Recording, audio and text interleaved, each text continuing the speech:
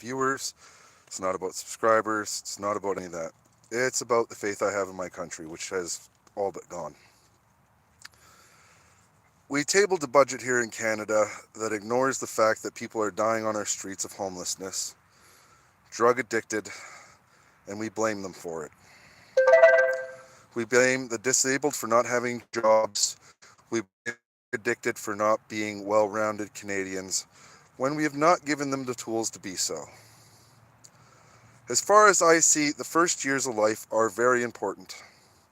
Kindergarten should be about social aspects only, and grade 1 should probably be about conflict resolution and knowing how to converse with your fellow human beings. It should not be about geography, math, or any other subject. Problems should not be solved at the top, they should be solved at the root of the problem.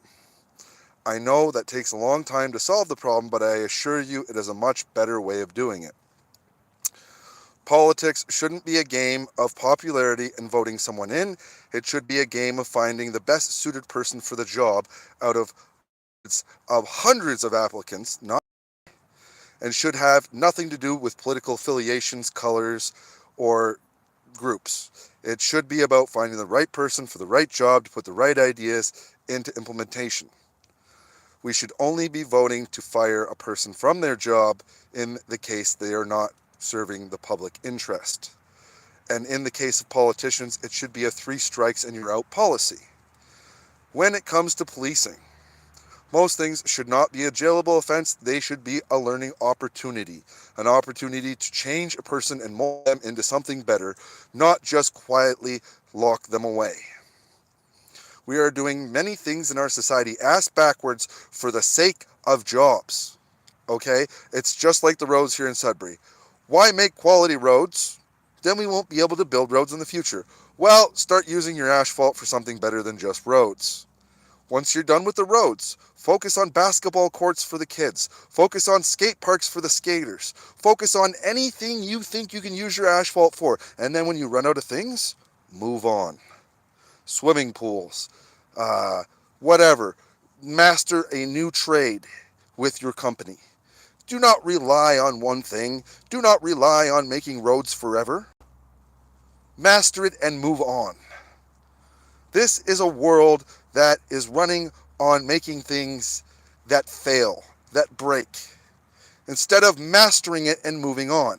Why make a $500 vacuum when you are going to put in a 20-cent switch that is going to break in 9 months? You have not done any great service for this world, nor yourself. When this world starts to fall apart, what does your wealth mean when there is nothing to spend it on? What does your wealth mean when the world falls apart into nothingness? Wealth is an illusion. The only thing wealth is good for is to be spent. And to be spent, things must be mastered. And when things are mastered, more things will be mastered. And when more things are being mastered, there is more things to spend your money on. Jacking up prices only hurts your business. Would you rather have 1 billion customers or just 1,000? When things move fast, they move great. When it moves great, efficiency becomes your profit. We do not need millions of dollars. We just need a little bit of money to spend on a little bit of happiness each day. And to have a system like that, it must be fast, cheap, and efficient. Things must progress at a high level for you at the end of the day to have something to spend your wealth on, okay? Because at the end of the day, if prices are high, production is slowed down, and things cease to change, you will have war. You will have unhappy people in an unhappy society where nobody can get anything done. And at the end of the day, your wealth will be meaningless. I would rather make 10 cents off of millions of people than I would making $7 off of hundreds of thousands of people. I would rather see progress streamline and go fast than it go slow. I would rather see things be cheaper than more expensive. What good is a machine that can detect cancer if it's $1 million and we can afford one and only save 1 out of 50? Now, if your machine is $100,000 and they can buy 10 and save 50% of those people. That is progress. That is wealth. Wealth is not how much you have in the bank. Wealth is the fact that you can take a little bit of money and spend it on a little bit of happiness each day. And if you can't do that, you've got fuck all, okay? Trust me, I've studied it. Time and time again, the thought has rolled through my head millions of times over. In the time it takes you to think about having a cup of coffee, I've thought about the world 1,000 times over. So listen to me. Cheap prices, fast production, fast creation, fast moving society will always be more of a benefit to the small amount of wealth than to have a large amount of wealth and everything moving at the pace of a goddamn snail. Because when the pace slows down, we get angry. When we get angry, war happens and societies fall because things just stay the same. And when they stay the same for too long, it's like a stagnant marsh full of shit. And you get this world.